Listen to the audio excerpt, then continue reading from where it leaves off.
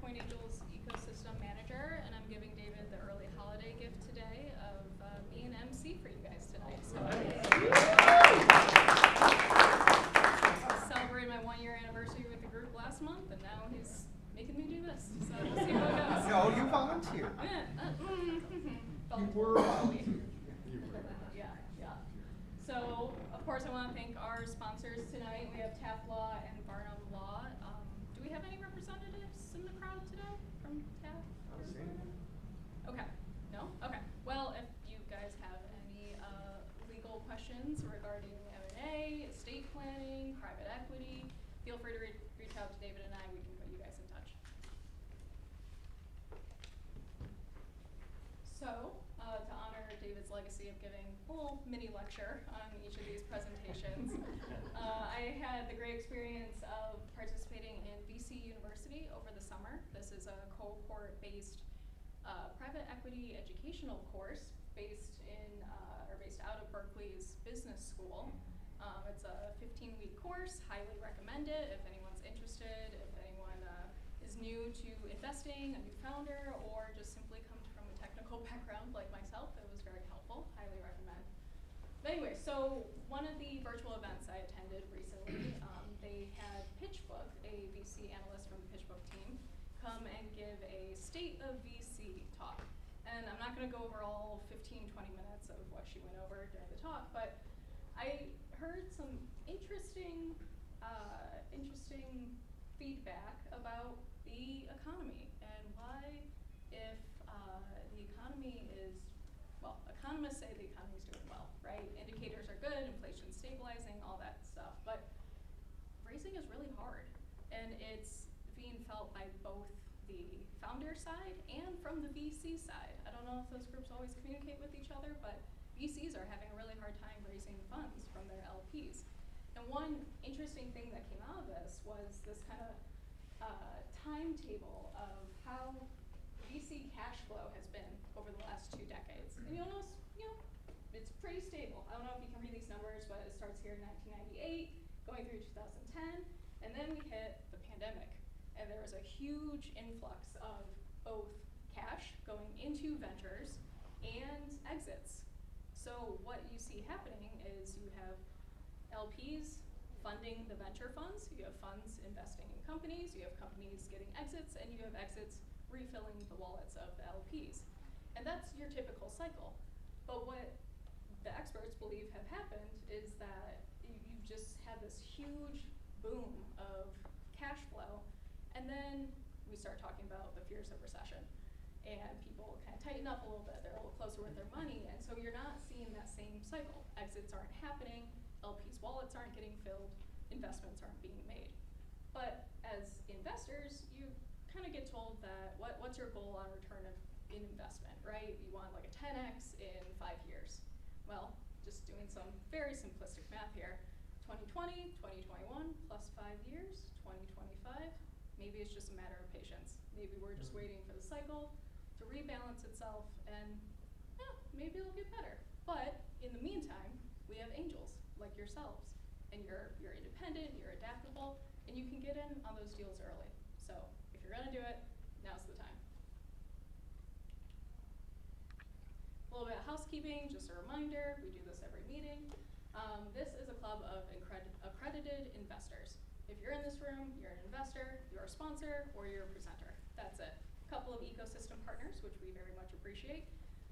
But for the most part, investors, sponsors, presenters.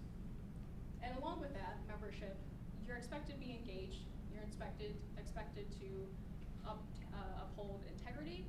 And part of that is when you make your investments, there is a small premium on your investment. That's what helps keep the lights on. And it's important. But we are still the cheapest kids in town. So please feel free to reach out to David and I if you feel like you want to be more engaged. We have opportunities to be on the screening committee.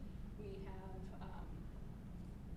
ecosystem partners and events that reach out to us all the time looking for angels to sit on panels or be judges for competitions.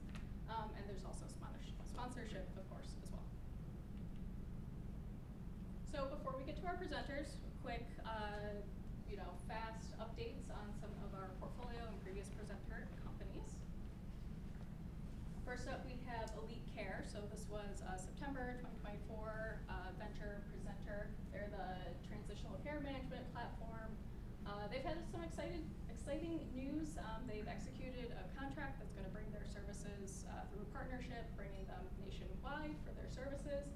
And with that, they have found a lead and are scheduling a demo with Cardiac Vision, which is one of the major players in acute cardiac transitional care, which I am told is big in this space. So they have $300,000 left in their round with a couple of soft circles coming in. So if you're interested, please contact us sooner than later because that could close soon. Next up, Inspired Solutions. This is a hard-tech environmental company that launched their PFASigator, which is a fully automated reactor that breaks down PFAS completely from water. And you don't have to dispose of the runoff off-site, which is a big deal in this space. They just let us know that they've had their first equipment purchase order, and it's going to be delivered before the end of the year. So that's great news, and we're always happy to advocate and also show off our portfolio companies.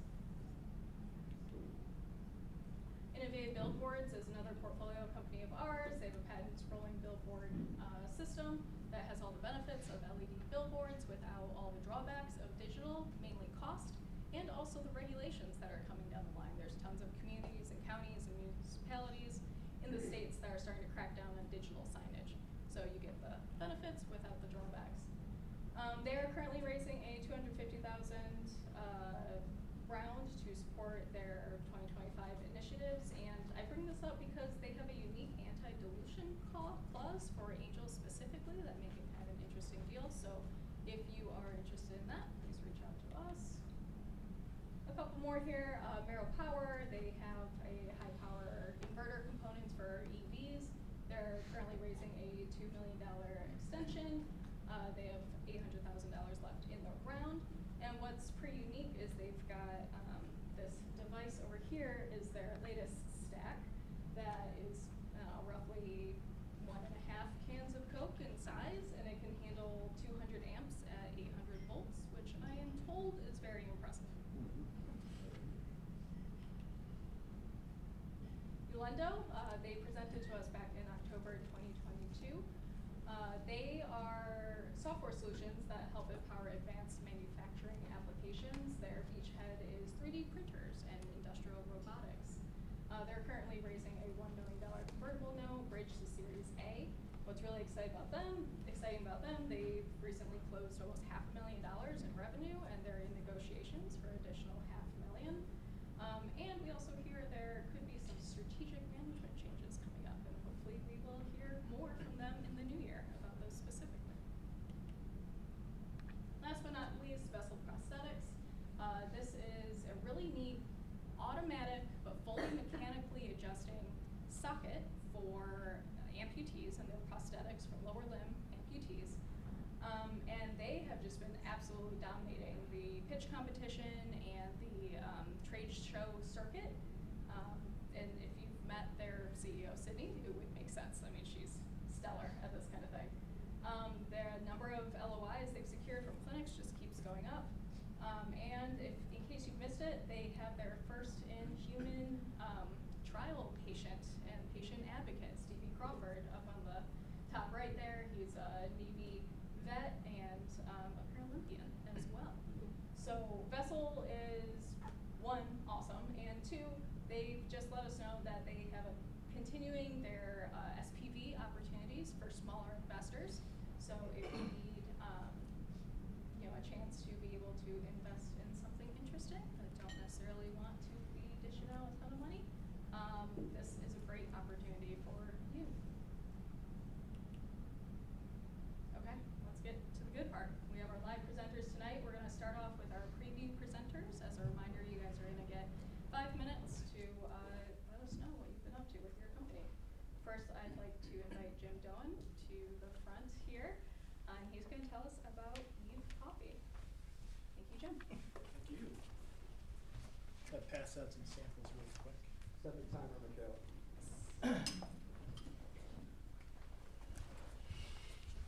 So while I'm doing this, how many of you guys drink coffee? Lots? Okay. Do you guys know what pour-overs are? Yeah. Okay, who knows what a pour-over is? One here, a few over here. Do you guys buy premium coffee brands at all? You go grocery shopping? Okay. So, my name is Jim Doan. I'm the CEO and founder of evve. For several years, I led product design and innovation at Whirlpool. During that time, I launched a lot of coffee innovation coffee products and became an expert in single serve. What you see here is what we call single serve 1.0. You guys might know that. Now, what surprises a lot of people, if you can't see that, is how old this technology is. Right? K-Cups were invented back in 1994. Espresso pods back in 1986. 30 and 40-year-old technology.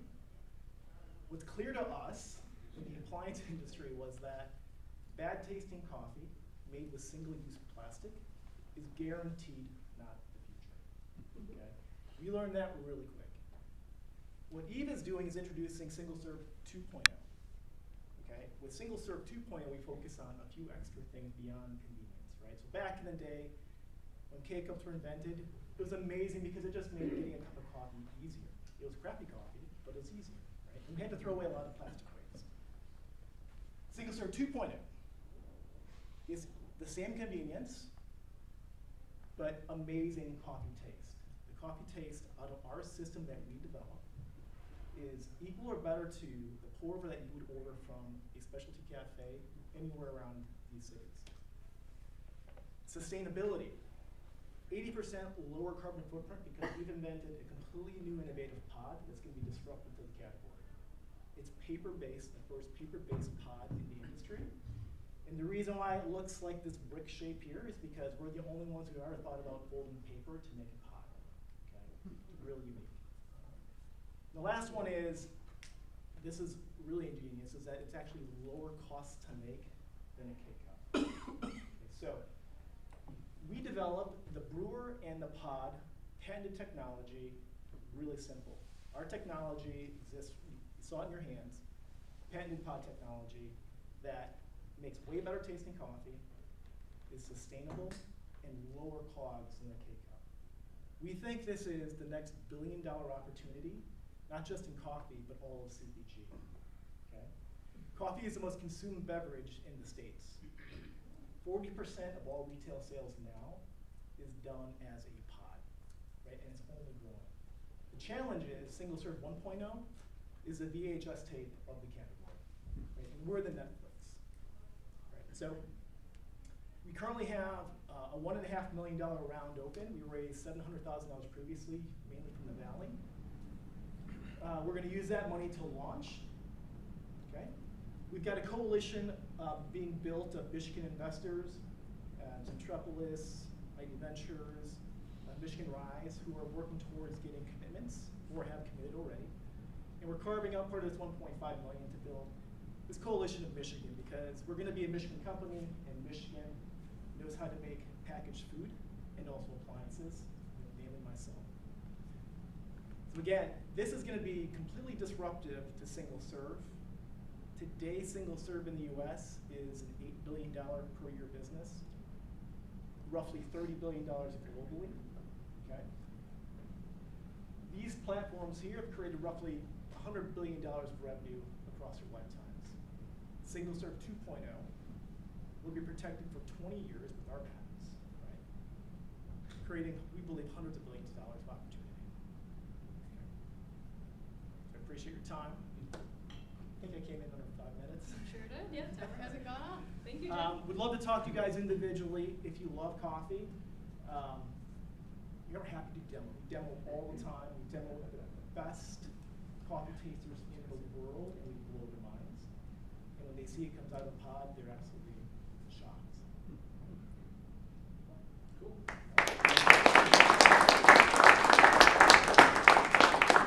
Thanks, Michaela. If you can send those, I'll just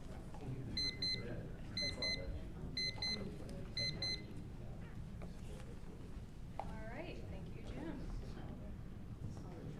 All right, next up, we have Aradia Simeon from Politics on the Go, here to tell us about her civic engagement platform. The floor is yours.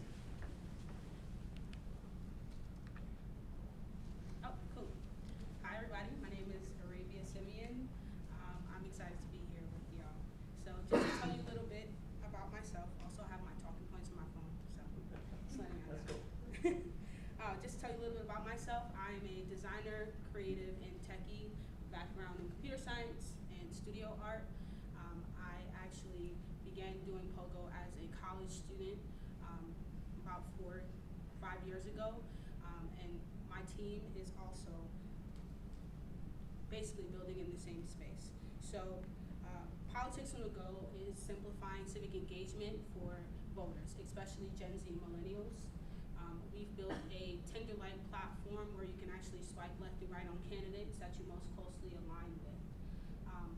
For us, this is actually filling a larger gap within the political ecosystem. So right now, polling data is missing a large portion of society, which is Gen Z and millennials, around 18 to 40-year-olds, essentially, right? PoGo is basically providing that information to posters, campaigns, and political organizations such as, the government, to better understand Gen Z and millennials. So our team combines expertise with technology, design, and community organizing. Like I said before, I have a background in computer science, so I was actually one of the developers on this platform along with my fractional CTO, and we're supported by a board of advisors with experience building in both government and on the civic tech side. So some of our advisors includes the executive director of the Change Collective, which is out of the Obama Foundation, as well as experts from Homeland Security and the Digital Services Initiative spun out of the Obama administration. And we also have 2-time civic tech founders supporting us on our advisory board. We spent the last 4 years conducting research, trying to understand Gen Z and millennials, and trying to understand why campaigns were struggling in reaching that demographic. So through PoGo, we're making elections personalized, interactive, and rewarding.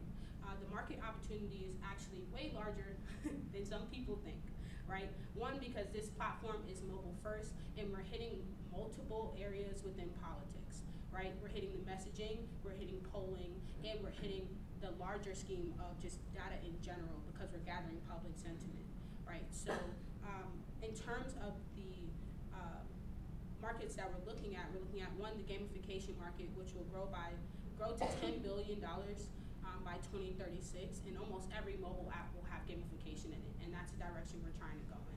The way that we're different from some of our competitors is that we're actually listening to young people and then implementing their changes, and we're a Gen Z-led company, essentially. So I wanted to tell you a couple stories, because I know that's what I'm here for. I want to introduce you to Cameron. He is an 18-year-old, just graduated high school as valedictorian, worked as a nursing student, and played sports. Historically, this would have been the target ideal person for polling data and for campaigns to target when it comes to trying to get young people to vote. In the day and age that we're in right now, where young people are feeling disillusioned, Cameron has admitted to me and many other people that he didn't feel encouraged to vote. So I worked with him, got him on PoGo, and he expressed this is actually his text message, very 18-year-old, it was cool to vote. But when we spoke on the phone, he expressed how PoGo really gave him a political enlightenment of sorts, because it was the first time that he was actually understanding not only the campaigns themselves, but also what the actual positions on his ballot do, and how does that impact his everyday life, especially because Michigan's ballot was so extensive, going down to the local level. And we got some of this validation at our launch party as well.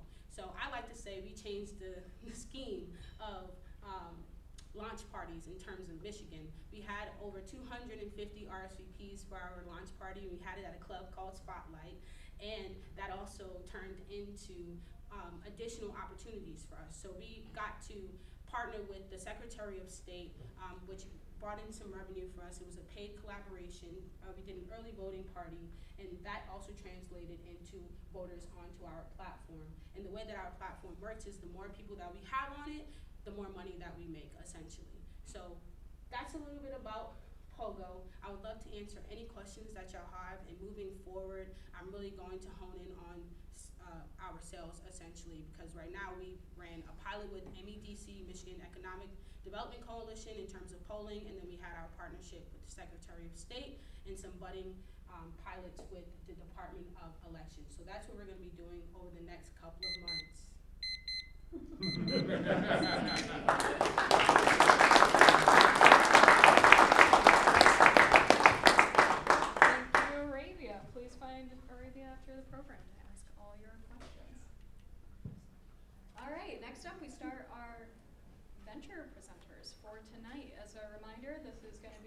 15 minutes of uninterrupted presentation, followed by all the 15 minutes of questions and answers you can make. So please welcome Eric Mayton to the front. He is the founder and CEO of Cerillo. Cerillo was brought to us through our friends at i5 Biopartners. Thank you, Matthew. Appreciate the introduction. And Eric also travels to us today from Charlottesville, Virginia. So please give him a warm Michigan welcome.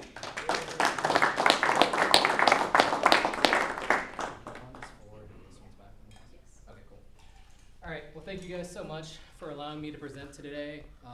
Try to stay in the camera view here. There's no need to set the 15 minutes. There's no way I'd make it all the way to 15. I'm usually used to making 5, 8, 10-minute max, right? So we'll have probably 20 minutes of Q&A, which is good. So at Cerillo, we're a cellular analytics solutions company, and we have developed a platform of hardware, software, and consumables to increase the speed and efficiency and lower the cost in biological product development. So, wrong way. Awesome. What we are focusing on is the concept of Hroom's Law. Has anyone here heard of Hroom's Law? Outside of David from last week. Okay, cool. So what this means is basically you would think that technology has decreased the speed and cost of bringing new live therapeutics to market, specifically drug development, right? However, the opposite is true. Drug development costs and the speed of getting new drugs to market has increased significantly in the past 4 years, right? Why? What is at the core of that problem? Well, at the core of that problem is the dry lab, the computational biology labs, have benefited from all the speed and powers of the computing ages, right? Just think of speed of DNA sequencing. You can get your whole genome sequenced at a reasonable cost now in a couple of days, which is great, but it has added significantly more data into the process of developing biology products, right? The wet lab, the traditional biology lab where you have your pipettes and you're doing your cell culture and everything else, has not experienced that same level of technological advances, right? People and biological researchers and product developers are still using the same exact technologies that they've been using for 4 years. In fact, we still test our products against some technologies that are 40 years old, because that's what people are using. They're buying them off of eBay, right? So what are we focusing on? We have a solution built for the modern biological researcher needs, right? So we have our hardware system, which is our miniaturized microplate reader system. And I'll actually have time tonight to tell you more about that, like most pitches. We launched version 1 of that product about 3 years ago. We have our plastic single-use consumable. So if anyone here has ever used or been in the biology lab, you're used to your 6-well, your 12-well plates, your 96-well plates, where you put your cultures in there and you grow your species of cells and then you analyze them. Well, this is a revolutionary new type of that plate, right, that we launched about 18 months ago. And we tie it all together with our software, which allows for real-time wireless data monitoring from those platforms. And we're continuing to advance it with intelligent computational modeling systems. We're changing the game, but I always say, don't take my word for it, take my customer's word for it, right? These are actual attractions from Cerillo in the past 3 years. Over 700 of those hardware units have been installed across 27 countries. Right. We have launched that plastic consumable product about 18 months ago and have already placed over 500 units. Right. In this industry, if you're familiar with academic R&D, one of the main ways to track customer attrition, customer usage, is publications, right? Academic publications. We've got over 45, 20 of them this year. And so you should expect that number to skyrocket in 25 and 26 because it takes 18 to 24 months for people to actually publish data. And so if we just started commercializing 3 years ago and we've already got 45, watch out, okay? Those pins on the map, which you can't really see very well, but those are actual installs across the 27 countries. We have hit primarily to date our academic and government sector. Very first customer was the FDA. Okay? We continue to expand into that sphere, that customer segment across the globe. We've got users at Hudson Institute in Australia, Pasteur Institute in Paris, which is the leading microbiology institute in the world, is a strong user of ours. But we're also really rapidly expanding into the industrial customer segment, right? So obviously the groups that are developing therapeutics, think of Vedanta Biosciences is one of our best customers. They're developing a live biological to treat C. diff. But other groups, CPG groups like Danone. Why Danone? Because they're looking at microbes. They're looking at bacteria to put into your probiotics, into your yogurt, right? So we've got nice traction in Paris with Danone. We've started seeing nice recent traction in Japan with Kirin Ichiban and all of their competitors as well. And they're using the hardware devices and the consumables as well. And so we're just continuing to rapidly expand upon it. What do we sell? I've heard that question a couple times. We sell this hardware box, right? So it's a widget. It literally fits in the palm of your hands, right? So most of the traditional competitors are about the size of this desk right here, right? Great. They cost $50,000. That's awesome, right? We have taken away a lot of the bells and whistles off of the traditional microplate readers that are the ones that have been around for 30 and 40 years, and really honed in on the low cost data points that we can miniaturize and put into any environment. So our product goes into any environment. It is 10 times smaller than traditional competitors and less than half the cost. We are currently retailing this version of the product at $5,000. The product that's going to be released next year will double up to about $10,000. This product right here, and Matthew Himes can talk to you about it all you want, is changing the game. This is the consumable product.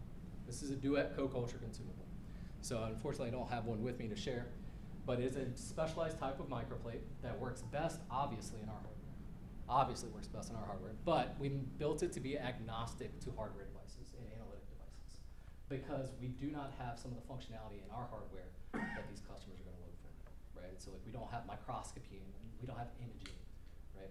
We have users that are using this for microbial identification, a lot of AMR work. We just did a webinar with I5 and Steve Techman from Michigan Tech at the end of October, where he was using it for plastic upcycling. First time I ever heard of plastic upcycling, which isn't recycling. They basically are using microbes to break down plastic and then using that base material to create new food products. So don't buy any food from Steve Tech. So yeah, this is changing the game there. Antimicrobial resistance, a lot of usage is there. We have seen people coating the bottom of these with collagen and using them in microscopy and eukaryotic cells as well. Our TAM, cellular analytics market, is a component of the life sciences tools market, $100 billion global market. We have about 20% of that. And the primary driver of growth, which is 10% CAGR continuously over the next few years, is the advanced computational software. What's happening after the computational software, they got to test it in the lab somewhere. And that's where we come in. How do we go to market? Our omni-channel marketing plan, we use webinars like Matthew and his team have helped us with. We use Google AdWords, we use trade shows across the globe as well as outbound digital campaigns. Sales channels, 3 primary sales channels. We sell direct using our limited current sales team. We sell through distribution. So if anyone is familiar with this industry, you know that most of the lab products are bought through distribution. Think of Fisher Scientific. We have about 20 distributors across the globe, including Fisher Scientific in North America, EU, Australia, New Zealand. We also have smaller groups like Kintron Microbiology, I'm talking to them tomorrow morning, in the Netherlands, that are very, very focused. Funakoshi in Japan, and continue going. And we've recently gained the attraction of a lot of strategic partners. We can sell through our strategic partners as well, which is a great opportunity, and I'll tell you more about that. Groups like Opentrons that do liquid handling robots, BioLog, which has their own set of microbiology consumables, right? So they are partnering with us not only on selling our products and cross-selling, but also on new product development, which is the next portion of this slide. A core component of this business model, especially next year, is the white labeling opportunity of our hardware products. Groups like Opentrons, groups like BioLog have already committed to white labeling our hardware products, which is very nice because it allows us to attract nice 6-figure annual revenue commitments from these groups. And the great thing about this is that's just the tip of the iceberg. We're already in conversations with Molecular Devices, which is the largest microplate reader organization in the world, and biotech to white label these opportunities as well. Right. So the traction that we've had to date, Those OEM revenue opportunities come next year. We have a trailing 12-month average deal size of about $5,000 per deal, which is up about 29% over the previous 12 months. And we have already validated a monthly average 2x sales efficiency ratio, which means for every dollar I spend on sales and marketing, I can prove that I can generate 2 in top line. I just need the capital to spend on sales and marketing. This year we're going to do 1.2 million. We're already over 1.1, so we'll probably actually pass the 1.2 forecast. Next year we're going to hit over $3 million, which will take us to both profitability and very attractive both Series A and exit opportunities. We're doing all this with 8 people in Charlottesville, Virginia. That new product development, sales, manufacturing, everything with 8 folks. So that's what we're here, is to try to add some new sales reps to that group, right? So we're offering a $2 million convertible note is a 12.5 valuation cap. We've got about 700 already soft circled, all from internal investors who are coming back in. We've raised about 4.8 million to date across 3 small rounds, primarily from angels in the state of Virginia, where we're located. 12.5 cap, 20% discount, 10% interest, 2x change of control premium. We're already fielding acquisition offers, so this is something that will likely take us to the next level. 3 million top line revenue, overall corporate profitability, first OEM contracts. That's all the slides. So 10 minutes, I was long-winded, it's that intake.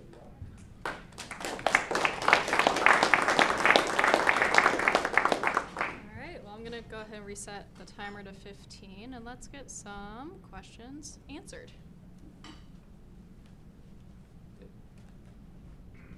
Help us understand the biotools market Yes. from a level of non-expert biotools investors and how Cerillo plays in that market. Okay. Who are the leaders in there? What's the stratification kind of, help us understand where you play. Okay.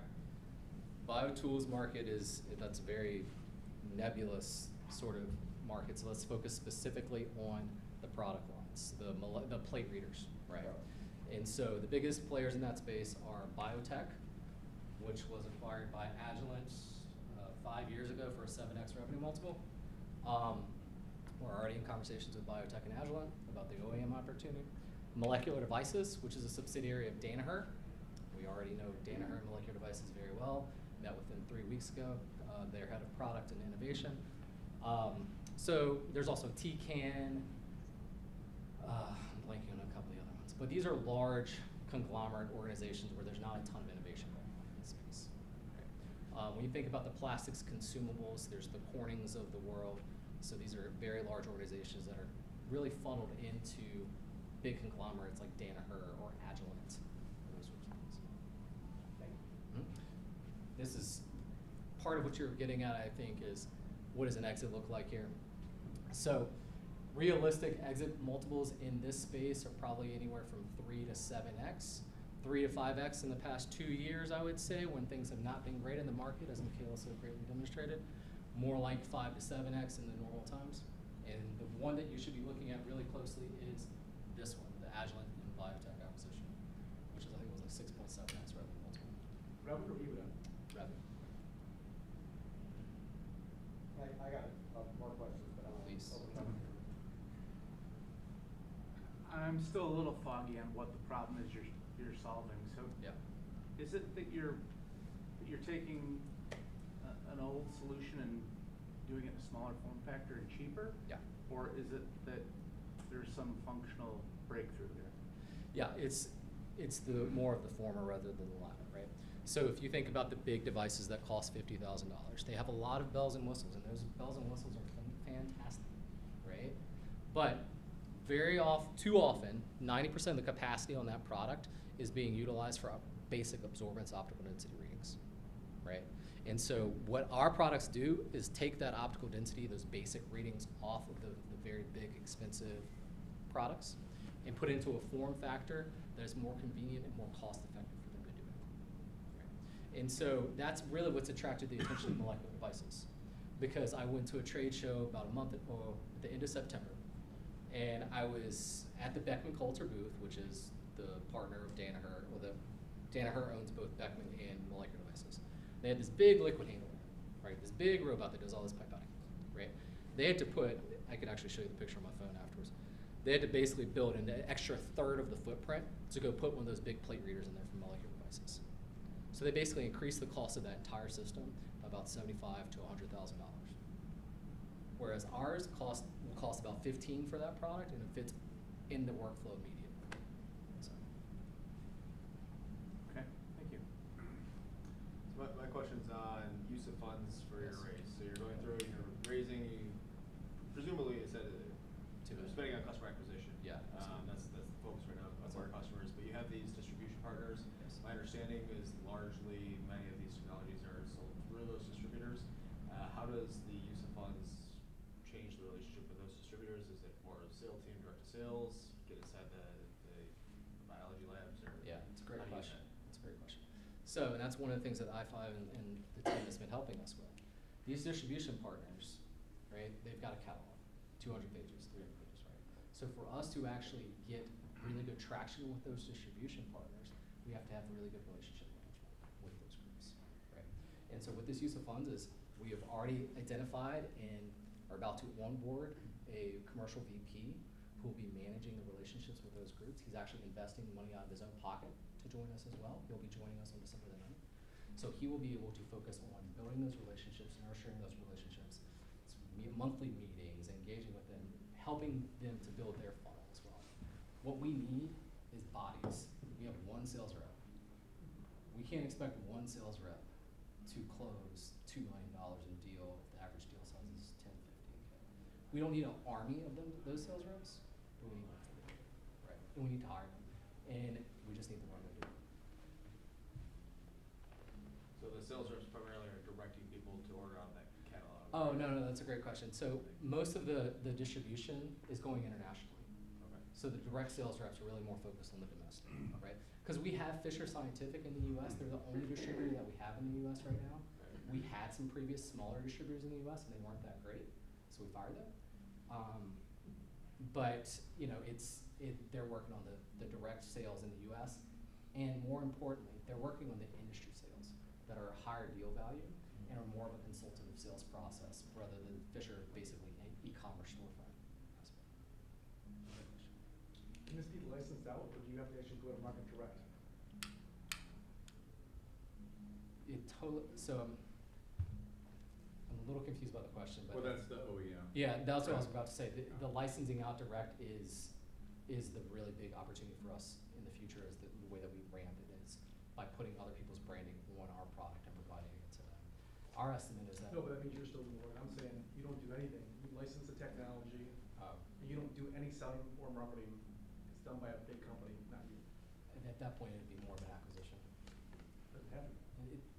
It doesn't have to be, but we will be doing more of a third-party, full-scale manufacturing process once we get to the next generation. Yes. I want to go back a little bit to Jim's question earlier. I think Sure. you mentioned it's a much smaller unit, it's lower cost. Are there any benefits as far as, are there things that you can do that other people can't do today? Yes. Okay. Yeah, absolutely. So that's what the initial very tip beachhead market has been in anaerobic bacteria. Anaerobic bacteria is basically the bacteria that grow in the absence of oxygen, which are the billions of species of bacteria that are in your gut. Right. And that's actually what brought me to Ann Arbor earlier this year, was to go to Anaerobe 2024, which is a very specific trade show that was held on campus at University of Michigan, led by Vince Young, who is, you've got one of the most world-renowned AMR people in the world right down the street. He's a great guy. That one trade show, I think we've had 10 installs at University of Michigan since then. And that's just the tip of the iceberg. Is remember, like, one of the things I didn't cover in my 10 minutes is our gross margins. So our hardware gross margins are about 84%. Our consumables are around 71%, right? Again, razor blades. So I think we've sold about 10 of those hardware units. I don't know how many of the consumables we've sold in that time, just to Ann Arbor. Is that because so you're superior and the anaerobic? Yeah. So the anaerobic space, all right, to tell you what the anaerobic space looks like. There's this thing called an anaerobic box or anaerobic chamber, right? And it's about the size of, you can have really small ones, but most of them are about the size of this TV, right? And it's a very restricted environment because they have to take all the oxygen out, right? And so, because as soon as those bugs hit oxygen, they die, right? And so what our device, again, think about the footprint, this versus something that fits into the palm of your hand, and all they're doing inside those anaerobic chambers is measuring bacterial growth at aptitude insidious 600, right? And so what our device will allow them to do is do that quicker, more effective, in a hands-off fashion in a way that doesn't take up the footprint. And that's one of the things that Vedanta, I'm happy to chat with you about it as well. I don't want to go on a tangent here.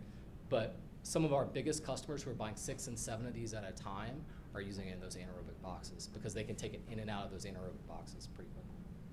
Thank you.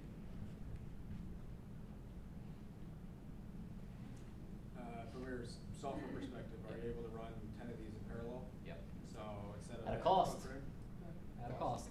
Yeah, but from the software perspective, you're, hey, we're testing these Yeah. 160 Yeah. cells So- here, 160 cells here. Yeah, 160 yeah. cells So we sell an annual software license for $1,500 a year, right?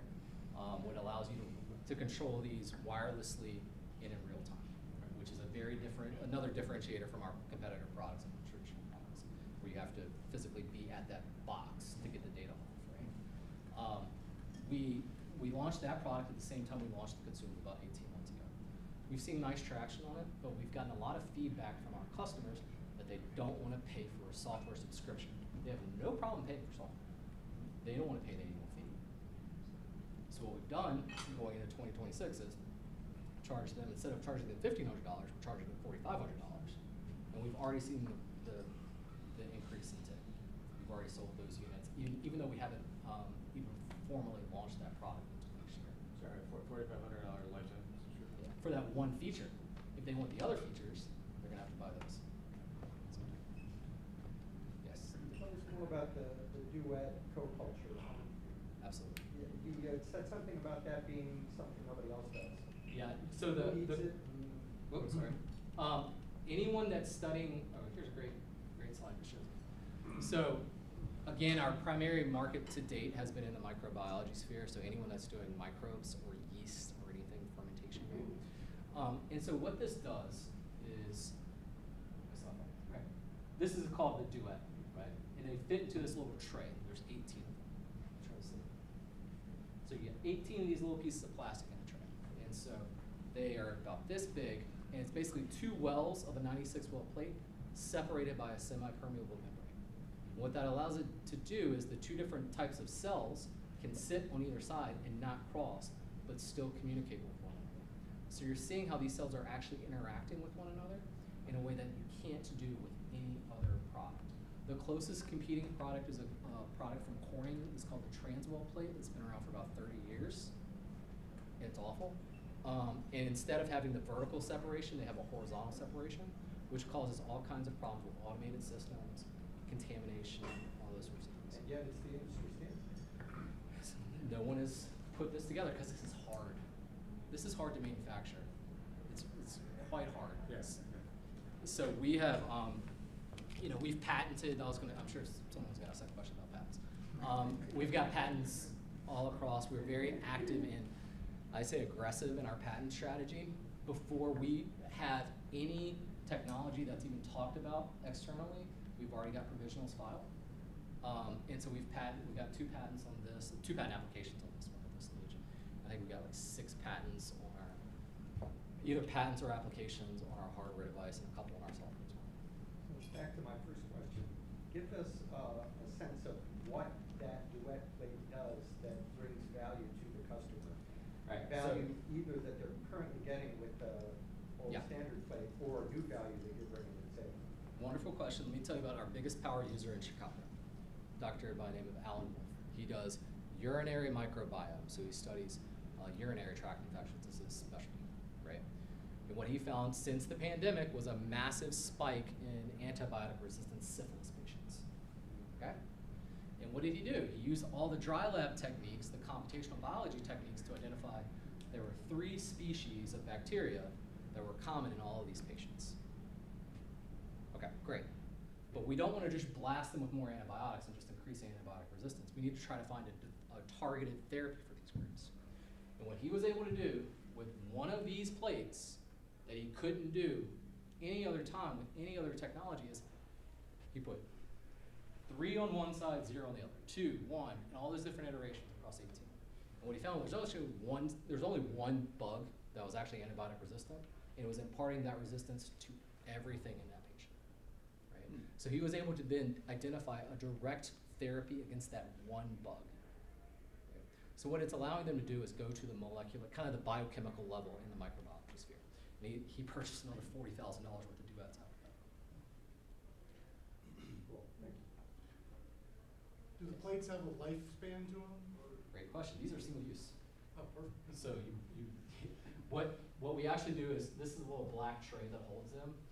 And so the pieces of plastic here are single use, but we sell refill packs that allow you to just pop them into that tray. Yeah. We sell these at about $20 a single unit, right? The whole tray costs about $500. That is one of the biggest hindrances that we have right now from people trying it, is that they say it's too expensive because they want to purchase hundreds of these at a time and they can't do it at $500 a unit. So we will have an ability next year to reduce our pricing as we're able to start looking at alternative manufacturing sources. In fact, we already have a contract, we're in the R&D stages. Talk about utility patents. Is there a design patent on that form factor? Yes. Or you're gonna end up getting Keurigged? Yeah. And that's one of the patents on that's in the application process. Cool. Yes. I believe you mentioned in your presentation you were coming up next year with a newer version. It was more like 10,000 versus 5,000. Yeah, for the hardware device. This has one wavelength, so it can do microbial growth. Most of the traditional products have 4, so you can do a couple of different applications, which allows us to increase our markets outside of just the microbial space into more of the ELISA, and that's really where these OEM customers want it. They want the flexibility to do multiple. Do you think that will greatly increase your addressable market? Much.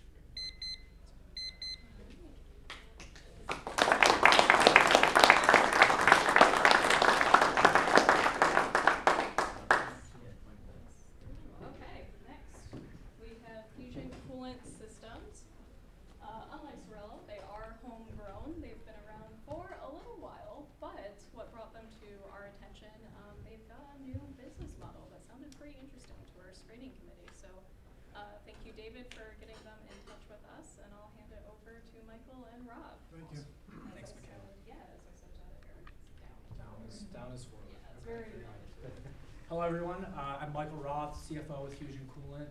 Very excited to be here. Thank you for the opportunity.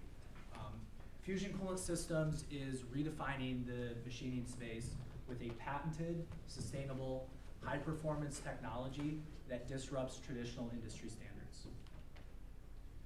Our flagship product, PureCut, utilizes supercritical CO2, which is a state of carbon dioxide that has properties of both a liquid and a gas, to improve customers' machining operations, speed, and quality. Here's a traditional coolant system. This is emulsion. These systems rely on outdated technology that struggles to keep up with modern machining demands, leading to suboptimal cooling, frequent tool wear, and increased downtime. These systems use harmful chemicals, create significant waste, and consume excessive amounts of water. With proven traction and a clear growth trajectory, Fusion is prepared to disrupt a traditionally old-fashioned market. Here's PureCut.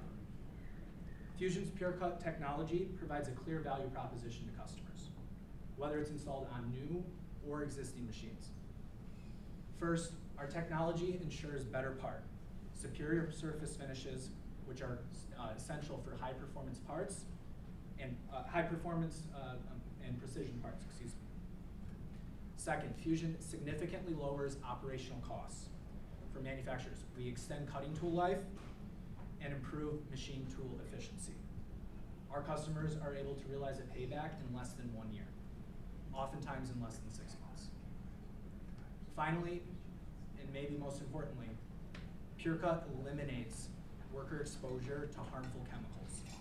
It minimizes mess and waste in a manufacturing environment, creating a safer, cleaner operating environment and a streamlined factory floor. Fusion's technology originated at the University of Michigan, where it was developed by University of Michigan professor Steven Cerillo. Steve is our founder, chairman, and chief technical officer, and he developed this technology through his research at the university, where he discovered that supercritical CO2 was a superior cutting lubricant. While the IP that we have is originally licensed from the university, it does expire in 3 years. We have been granted additional IP that Fusion owns entirely, and it is completely focused on our new business model and commercial strategy.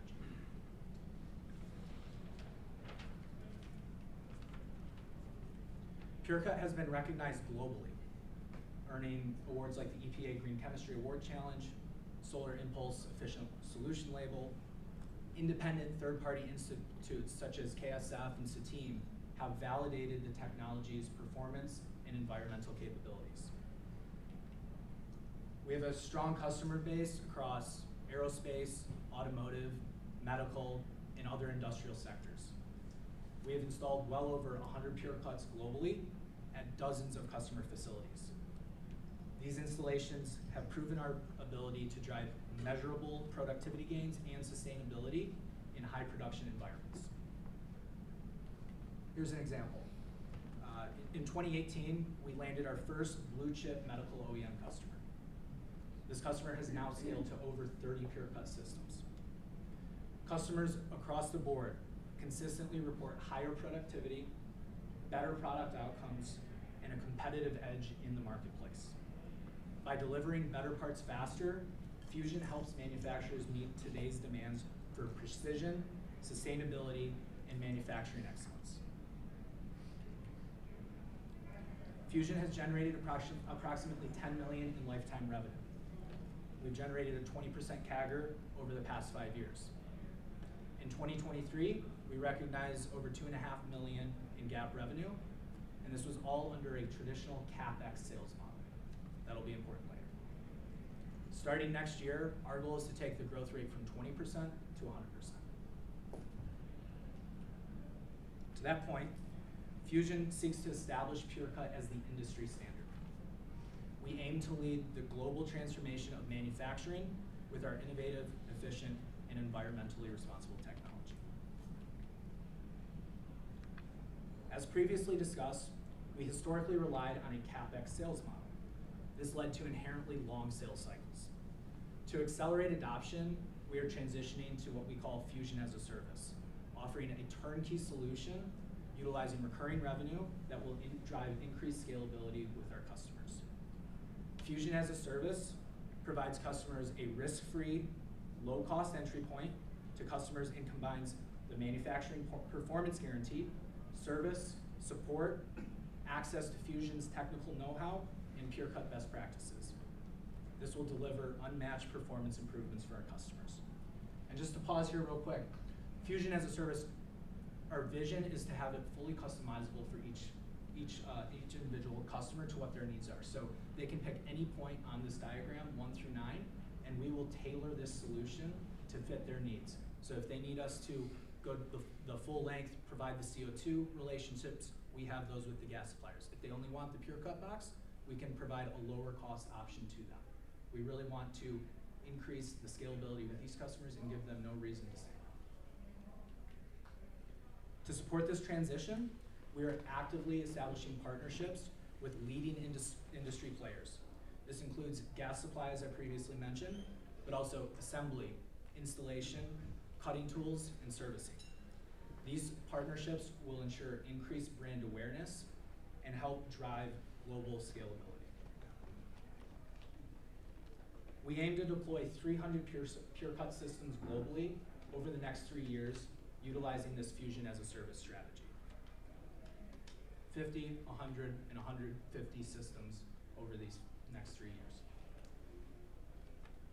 Our revenue growth targets, as I previously stated, include achieving a 100% CAGR over the coming years. Monthly recurring revenue per system will average between $3,000 and $5,000, depending on the number of systems each customer has. These growth assumptions also include modest contributions from our historical strategy being CapEx sales at $1 million per year. The machining and coolant markets are undergoing rapid transformation driven by sustainability and automation trends. With PureCut, Fusion is uniquely positioned to lead this shift, capturing a significant share of the evolving market. As discussed, PureCut outperforms competitors in a variety of ways. This includes cooling efficiency, lubrication, environmental impact, tool wear, surface finish, and total operational costs. I'll just pause here so everyone can consume this. There's also alternatives such as dry cutting, where you use air. Regardless of the strategy, Fusion's technology outperforms these competitors, delivers faster throughput, extended tool life, decreased burrs in the medical plastics sector, and across the board, incredible performance improvements that our customers have realized. We have several opportunities for an exit through M&A activity. The cutting tool sector is a very highly active space with private equity tooling roll-ups. Arch Global Precision was a local example of this, led by a local private equity firm. This started as 3 cutting tool companies that the private equity firm acquired for about $40 million back in 2011. Over the next 10 years, they made 20 plus acquisitions, creating a large cutting tool roll-up. While the enterprise value for the exit is not publicly disclosed, on PitchBook you can find that the LBO that was the ultimate exit for them was supported by over $400 million in debt. So they were able to grow this to a really significant size using economies of scale in this market. And with Fusion's technology, we're able to provide a differentiation in a market where there really is no technology differentiation. Furthermore, machine tool builders present an attractive exit opportunity as well. We can integrate our technology within the machine tool, and this would drive competitive advantages for the ultimate acquirer of the technology. So, full stop, we're here because we just completed a recapitalization, and we'll get into why we completed that recapitalization, but just want to give a background on that right now. This was led by our existing investors, Material Impact and Michigan Capital Advisors. Full disclosure, my role with Fusion Coolant comes from my role with Michigan Capital Advisors. I've been a member of the team now for 6.5 years, currently serve as Vice President in addition to my role with Fusion, and am extremely excited now to be moving into an operational role with the team at Fusion to support our growth. Michigan Capital Advisors and Material Impact have been the lead investors in this company since 2018, and collectively have invested over $15 million in the business today. This is an overview of our current capitalization table. There's currently $3 million remaining on this recapitalization round. The terms of the deal are a $5 million pre-money valuation, up to $8 million available for subscription. Of that $8 million, we have just shy of $5 million committed, with the majority of that coming from our lead existing investors, Material Impact and Michigan Capital Advisors. Overall, the outstanding shares in this round equate to roughly 25% of total fully diluted shares outstanding, and the stock is participating preferred stock as well. We anticipate that this round will be closed by the end of Q1 of next year. With that, it's my pleasure to introduce Rob Sarkeesian. Rob's our Chief Revenue Officer. He joined the team about 7-8 months ago and is really leading the shift for the organization from an operational and culture perspective. In these last 5 minutes, I just want to give him an opportunity to introduce himself, talk through his background, and then we'll open it up for Great, questions. thank you, Michael. My name is Rob. I come from 30 years in the aerospace and defense manufacturing business, and that's important for this particular reason because my view is I came from the customer voice in terms of being a customer of Fusion.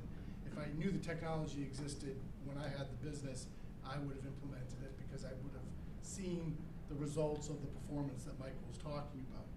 So what I bring here now is to scale the business from where we are today to the 150 level of units to be sold in the market. I'm actively building that pipeline. So we've got a great response from the market right now in terms of direct reach out to them, and through our SEO and other marketing and distribution networks, we're getting a lot of inbound traffic. So the pipeline today stands at about 50 customers that we're actively working with, which the steps will be pretty clear. It's going to be a phase of communication about the value proposition, showing them the return on investment, and this requires a testing phase. So we've built a lab in our facility here in Canton where we'll do CNC machining. We'll get to about 75% of the solution in our lab and then perform the last 25% on site at the facility to convince the customer the technology works. At that phase, we then look to go right into a PO acquisition phase with the customer and start the revenue generation from there. What's happened in the past is that stretched out. That testing took months and months and months because we didn't have an efficient process to support the customer. The demand was there, but we couldn't support it. I've changed that, I flipped that. We created now the opportunity to test in-house, get the solution built to achieve a positive outcome. So when we go to the customer, we know it's going to work. They'll be happy. And what's also different is in that testing phase, we're pushing to get MOUs from the customer, to get a commitment from them, so that when we do achieve the goals that are outlined in the requirements phase, we go right to PO. It used to take 18, almost 24 months to close a deal. I'm bringing that down to a 9-month or less cycle, which is going to really be the key driver in this scenario. So the goal is finding the right market where the product can best succeed, which we've identified, create the right message, which we've done, and it's connecting, and the feedback is coming back very positive from the market, and then do the testing, get to the MOU, get to the PO, and drive that cycle time down, down, down. Awesome. With that, we'd love to open it up for questions. So I know a lot about machining in this space, so I'm curious, you said it improves performance, right? I'm curious, is that just client feedback, which is pretty easy to manipulate, or do you have actual data? No, we have data. Everything is supported. The first part of the presentation was the company's view. The second part of the presentation was third-party testing that compared traditional to our technology, and that was validated by them. What do you mean by traditional? Yeah, I'll tell you. So, you mentioned plastics, you mentioned metal. Correct. Where do you excel? Is it more metal? Is it more metal cutting? Is it more plastic? That question is answered in two ways. One is it's in polymers. So in the medical industry and in commercial industry, polymers is a big player of material that has a lot of challenges. We solve those challenges. In aerospace, it's titanium. We solve tons of problems that are existing in the market space today for drilling titanium. The third area is carbon fiber, which is the structure related to the airframers. They have a huge problem because they build millions of holes per month, and they run out. They spend a lot of money on tooling and bad performance in the hole. We solve that problem. So, we come at it from the standpoint of we've got this technology. We say it works. Third parties say it works, and now the customers are validating that by coming on board and doing the testing, placing orders. Michael said it was 100. It's about 150 units that are in the field today working, and that's the customer saying we want more. Where the business went wrong prior year was that we would land the contract, we would get some units in, but we did a terrible job expanding within that facility, changing all that. So you also said that you could potentially be helping OEM, or you exit an OEM and help them directly. I guess I'm trying to understand, is that a better model to go to a large OEM? You have opposed to going to the end customer and saying this goes to market. I'm a little confused why you have both options. I'll tell you. So the OEMs are a big ship to navigate, but when they do get through and they validate your technology, it comes in big numbers. They're the whale of the customer base for us. Once they do that, the tier 1s and tier 2s end up coming right up under the same fold. Where we're working with the OEMs and we're getting success, Like for example, Stryker is a customer of ours in Cork, they're an OEM. They're now have our biggest user of our technology. They're now having their tier ones adapt to the technology. But that's only part of it. Going to the tier one level is a faster, because we're dealing with smaller to mid-sized companies that are looking for instant results and instant performance, because they're getting beat up every day by the OEMs to adopt, lower cost and improve throughput. So can you explain why the sales cycle is so long? Because if your data is accurate, and there's not much to think about, if you actually have real data that supports that you solve a problem, you're better, there should be zero reason why it would ever take 2 years to implement, and even 9 months today. Because you got an engineering teams that have been doing the same thing for the last 75 years. I know, but you're not replacing We are the replacing. equipment. No, we're replacing the coolant, which is a Just the critical. coolant Right. that goes into the machine. Correct. So But we're that's- replacing the coolant, and we're giving them engineering support to maximize our technology, to not only give them 20% savings, but to get to 30–40% savings. And those are proven facts. Stryker, yeah. So my question's on the fusion as a service model. So moving from a traditional way that OEMs, tier ones, and everyone purchases tooling and equipment, Yep. With this capital plan, moving to a is it per part production that you're charging? Like so per part. It's a per system. So for each pure cut systems that is deployed, we have infrastructure that also goes with it. And so as you scale up the number of systems, the cost per system goes down, because you're then able to spread the cost of that infrastructure across 10 versus 5 systems. The infrastructure stores the gas and delivers it to the machine tool. Right. That infrastructure can support 20 machines within the factory. So the more machines that you get on board, the overall system cost comes down dramatically. So as I said, we can take this diagram and provide you a service, a fusion as a service at any point here. So we have the relationships with the industrial CO2 gas suppliers. If they want us to control that relationship, we're more than happy to. If they don't want it, if they want to take it themselves, that's an option too. We're still providing the CapEx option, but to Rob's earlier point, what this does in terms of shortening the sales cycle, historically this is a $75,000 to $100,000 piece of equipment. The approval process that you have to go through as some of these OEMs or tier one customers, that's a CapEx approval. Fusion as a service becomes more of an operating expense, and it significantly increases the payback period, because you're not having that initial capital outlay with I pay less upfront as a manufacturer. Do I have a 10-year lease? So yeah, they're typically 5-year contracts, and that's actually tied to the gas tank. So all industrial gas suppliers who provide these tanks have them locked in as 5-year contracts. So there's an inherent stickiness there. When you go to our technology, you're not switching back. We provide the availability for you to go back and forth, but from our existing customer base, we see adopters adopt it, and then what we haven't done a good enough job, and what we're changing now, is spreading that through their different facilities and scaling. A couple of questions. Is the power of this technology the ability to solve difficult machining problems with the materials that you mentioned, or can it be applied to more generic aluminum machining or other problems as well? On the hierarchy of performance, it's titanium, polymers, and then you get into Inconel. Right. There's a lot of alloys that we haven't developed yet, right? So we need to spend some time and effort creating the right recipe that matches the supercritical CO2 to the right tool, the right coating on the tool, and the right nozzle, the right spray of the gas on the right location in the Picasso. So there's some R&D in that world. What we've found that the market just right now in medical plastics titanium is huge. It's thousands and thousands of machines that we can adapt to.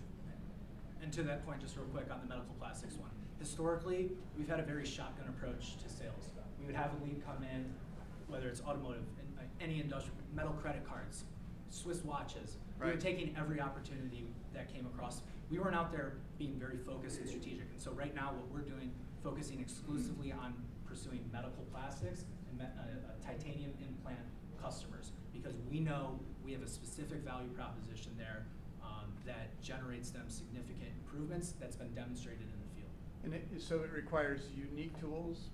No. No, we can Now, there are adapt to tooling the- best practices. We can adapt to the existing tool, or we can achieve further performance with it by using a tool that we'll design that has the supercritical CO2 hit the cut zone at the right spot. And chip removal, is that Yeah. an issue? Huge. So Chip removal? Yeah. No, because the pressure of the gas pressure brings the chips down into the bottom of the auger, and then the auger takes it away. on the chips, because of the cleanliness of this technology, Right. the reclaimed chip value is significantly higher Oh. because you don't have to go through any post-cleaning process. You can, if you guys come out to our facility, you can literally reach into the bucket where the chips are, pick it up, you get no oil residue or anything on your hands. Great, thanks. What's the engineering effort for one of your potential customers? Is this weeks of time for an engineer, or is it something, they mentioned turnkeys, is something that's pretty easy? Like, how much effort do they have to put in to get this up and So running? why I made the decision to focus on medical plastics titanium is where we have the most data, the greatest level of best practices already developed, and the least risk to deploy those. So I don't care what customer it is. I mean, you know, in a body joint, as long as the material is a polymer, then we have the solution for you. If it's titanium, we have the solution for you. So we're not, you know, the level of engineering expertise is much lower than going into an Inconel blade for a jet engine where we haven't really figured that out 100%. These alloys, these materials in the medical space, we've reduced the risk very low. So when we get it, we increase the speed, which allows us to reduce the cycle time of the wholesale purchase. If it's another industry, another alloy we're not familiar with, we're gonna, you know, we gotta develop that. Well, what about the customer itself? How much time do they spend? Is this a major project for them, or is it something that's pretty? No, that's why we built the lab, and that's why the engineers that I've hired are gonna bring it to that 75% level of success. We're gonna mimic what they're doing in their factory, so that when we carry it over, we reduce all that time, because getting on their machine is a very difficult process. Yes, I can Right, imagine. because you're talking about throughput and volume.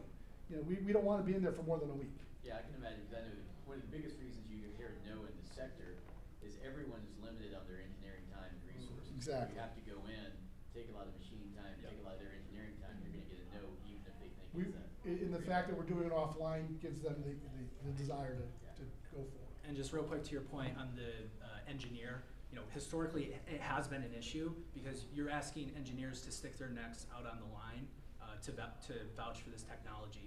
With this Fusion as a Service model, we're now providing a performance guarantee where we're guaranteeing for medical plastics, for example, you're gonna generate 35% cycle time reduction and a 90% increase in deburring.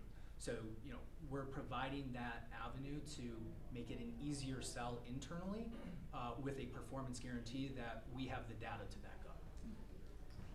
The 8 million you're raising? Yeah, so we're raising 8 million, we've raised 4.75 of it so far. And is it being used entirely as financing for the installation of these systems? That's exactly correct. Not for funding negative cash flow or No. losses? in Well, the- so we're at about a $200,000 cash burn at the moment. We've gone into a bit of a stealth mode, beginning with this recapitalization. We expect to emerge from that at the end of Q2 next year, where we're gonna be deploying those 50 systems. So there is cash burn over the next 2 quarters that we expect the Fusion as a Service recurring revenue model to get us to cash flow break even in 2026 with the additional, so the funds that MCA and Material Impact have invested will support the operations. We're now out there actively raising these additional funds, 100% allocated towards these Fusion as a Service The systems. inventory. Very specific question on use of funds. You have financing partners who are paying for the equipment. Thank you, yes. This is for operations. It's for both. But what you're not doing is taking investor money and building machines for Fusion as a Service. What you are doing is financing those through your financing. So yeah, great point, David. We have Michigan Rise PO financing program. We're Michigan Rise PO financing program. We did receive $500,000 of funding last year from them.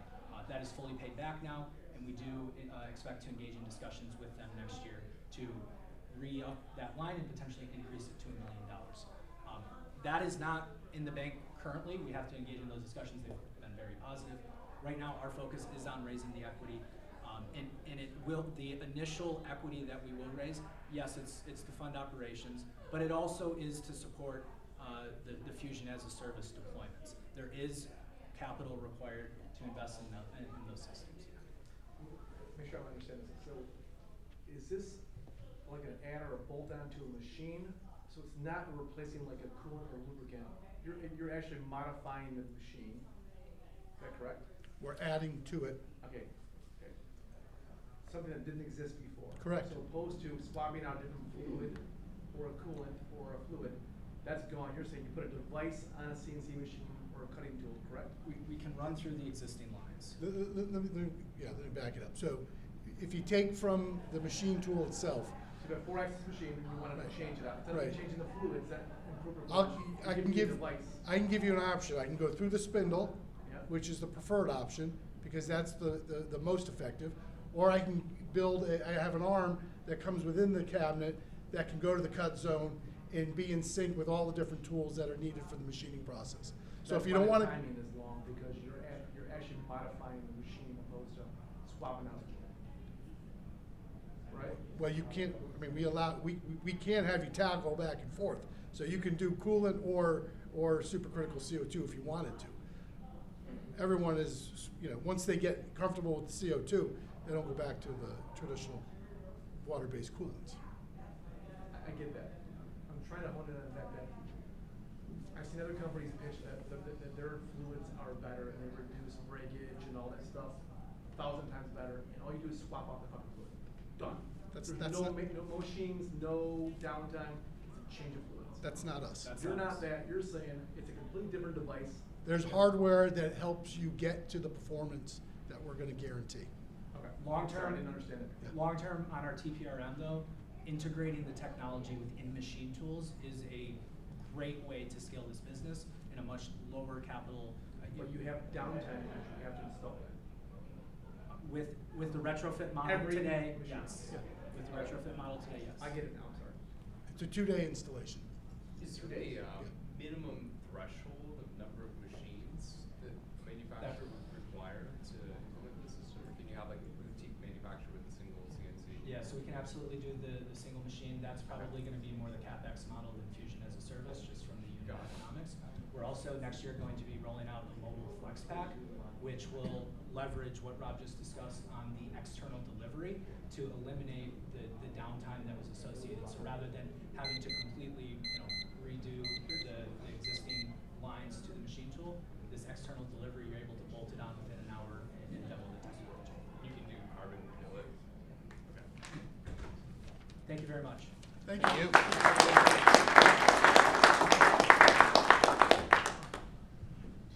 All right, thank you, Fusion Coolant.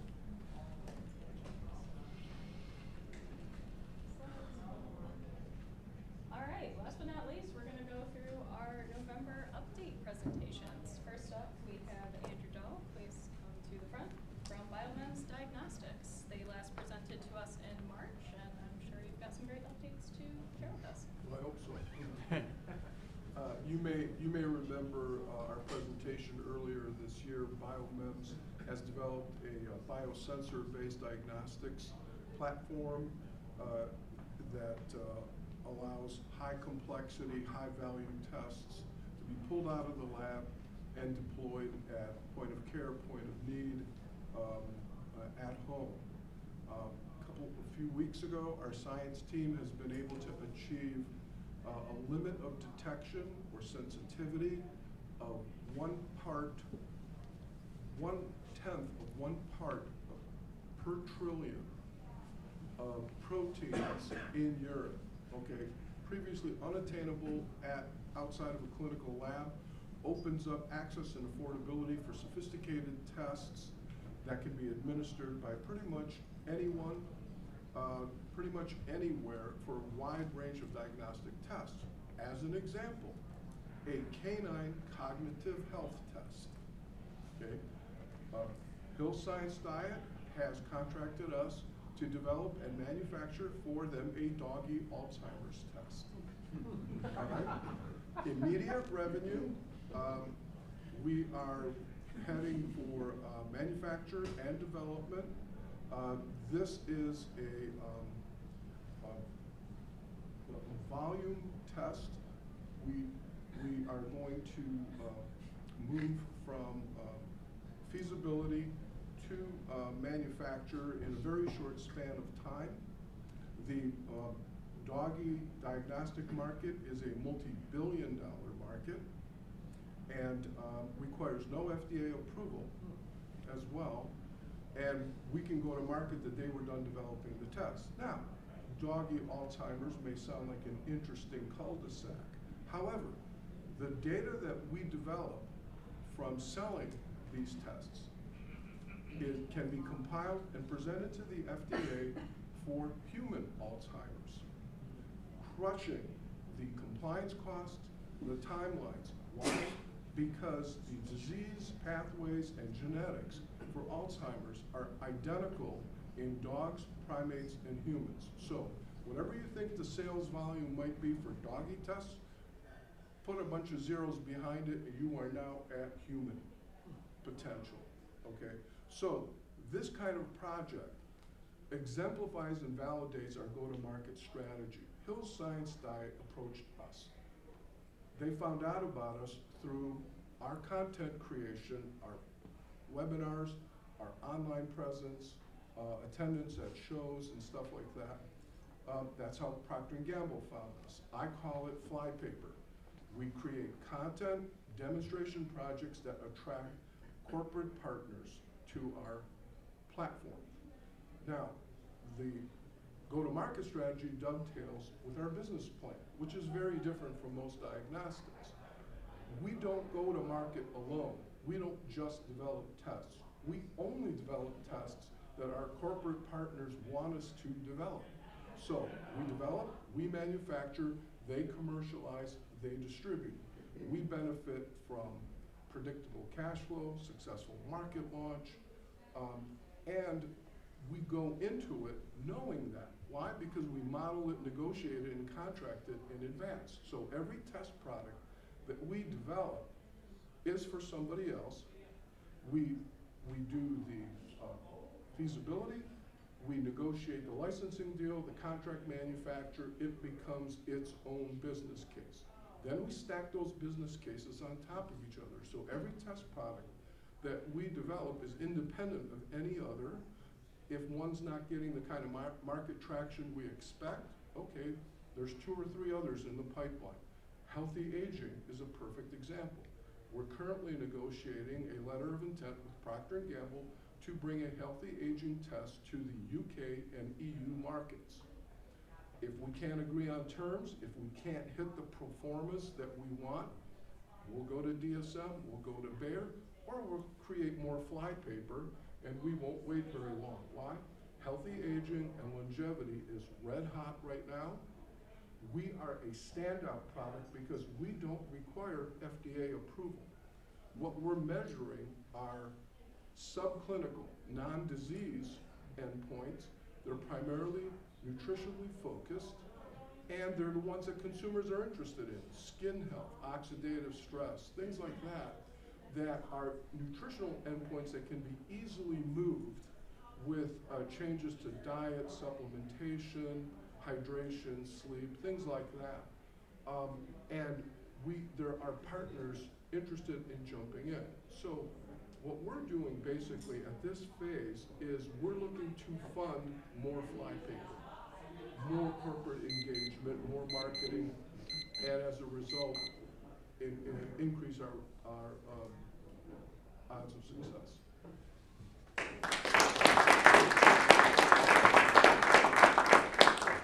Thank you, Andrew.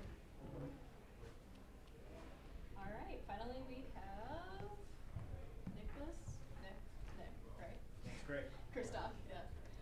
From KindKatch, you guys first presented back in 2020, I believe, Stone and then Ages, yep. did an update in 2022. So did. let's keep that every 2-year cycle going, and sure. tell us what you're up to. Yeah, awesome. Also, let the record show, I would drive 95 minutes just to see Jim Agley. The fact that you gave me sliders with it tonight too, I appreciate that big time. Really grateful, David, thank you very much, appreciate it. Yeah, 2 years ago, made the same 95-minute drive. We huddled in a small WeWork, real tight space, if anyone was there remembers those meetings. And I presented a business that had a pretty good product, and I had no idea who our customer was gonna be. Pictures changed drastically, and really excited to share that with you tonight. So to set the foundation, short form video is consumed every day, probably by everyone in this room. And brands are struggling to figure out how do we get Jimmy's attention. He's looking on short form videos in his news app, his social media feed, but the power to send short form video directly via text or email right to Jimmy, what he needs to see, when he needs to see it, means all the difference to getting his attention. And that's what we do at KindKatch. And since we last met, we've really figured out who our customer is. So we have a heavy focus on the health, wellness, and fitness industry. We've heard of Orange Theory Fitness, one of our biggest customers, Orange Theory Fitness. So think David signs up for his first Orange Theory Fitness class. He gets a personal video texted from his coach 24 hours before his class, welcoming him, introducing himself, showing him the workout. Increases show rate. Jim hasn't come in 14 days because maybe he got busy, but his favorite coach sends him a video, and he's back booking and back in class. Tons of different use cases, but fitness, health, and wellness moving really fast for us. So in the last 12 months, grown the ARR from 30K to 160K. One-person sales team standing right here in front of you. And a lot of that growth has also come from the viral customer referral network. Our customers are introducing us to other customers because they're producing amazing results. 14 months ago, our first fitness customer came on board. They were in the bottom 20% of studio retention across the Orange Theory Fitness network. And I was really proud last month to be at the Orange Theory Fitness Global Convention in front of 1,300 Orange Theory Fitness studios. And that customer was on stage presenting because they were in the top 20% for studio retention. And of course, they cited KindKatch as their secret sauce. As you can imagine, my pipeline was very grateful for them being on that panel. Really awesome. We do have a convertible note round with $130,000 still remaining in the round, $750,000 note. 70% of this round being invested into sales and marketing. We know exactly who our ideal customer is now, and they close 8 out of 10 times when I get them onto a demo within 20 or 30 minutes. We just need to get in front of more of them. 30% of the round being invested into development. We need to continue to deploy cutting edge features and strengthen our first mover advantage in fitness, health, and wellness. Michigan Rise, Red Cedar Ventures, Cityside Ventures already invested in that convertible note round. Really, really grateful to be here tonight. David and Michaela, you've done an incredible job with this group. Grateful for the mentorship and partnership with Jim, and excited to talk to some of you after. Thank you very much.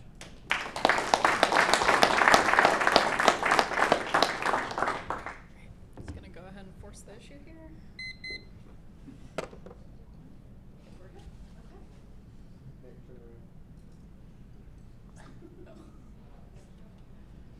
All right, so that brings us to our final event of the evening.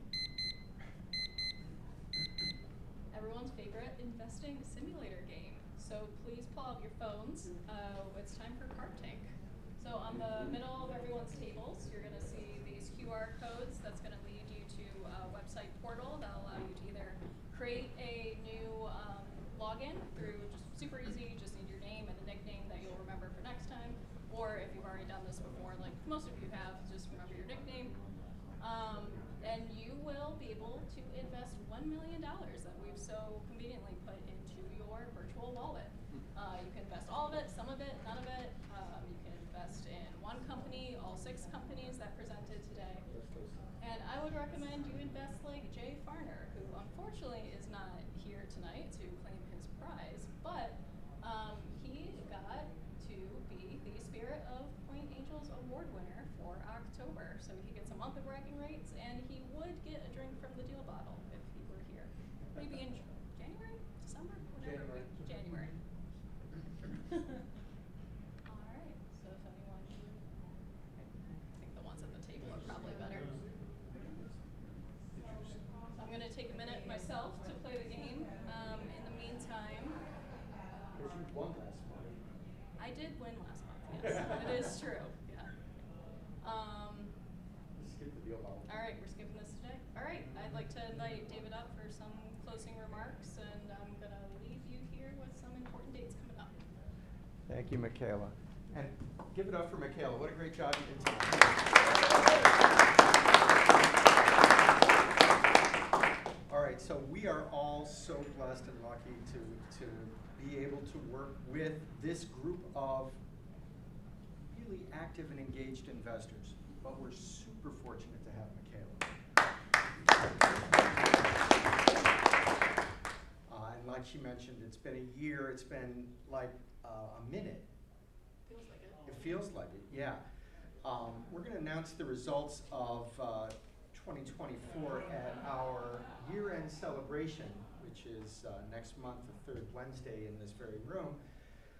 And we're going to hear exactly 0 presentations that night. We're just going to have the part that we enjoy the most, which is the schmoozing before and after. So please do join us next month where we will, I'll give you a hint, 2024 blew the doors off of everything this group has done in the previous 4 years, and the group is only 5 years old. So that'll be something to come and celebrate with us on the 18th. Our first meeting of the year, January 15th, is where we will toast Jay Farner's success at winning Spirit of Angel, Pointe Angels. And I want you to mark down April 16th for a new event that, that Michaela and I dreamed up called Portfolio Day. On Portfolio Day, we fill the room with all of our portfolio companies. Anybody want to put out a number here? Don't check the website. Just, you know, give me a swag. How big's the portfolio? Anybody? 50. 160. It's only been 5 years, Elena. It's 27 companies. All right. And it is a measure of the engagement of this investor group that we were able to amass that during a period when, as Michaela and PitchBook and VC University point out, other groups have been sucking gas. We've been writing checks and putting them to work on really great innovations, really great stuff like what we saw tonight. So thank you very much for joining. Do compete in Carp Tank. The more people compete, actually the better the competition. You know, if there's only 3 people competing, then the algorithm can't actually do its work. So we want to get everybody playing Carp Tank. And if it sucks, tell me and we'll fix it. Is that our last slide? That is our last slide. All right, is everybody done with Carp Tank? Getting there. Get there. All right. And then when you're done, you can have some snacks. We stand adjourned. Thank you.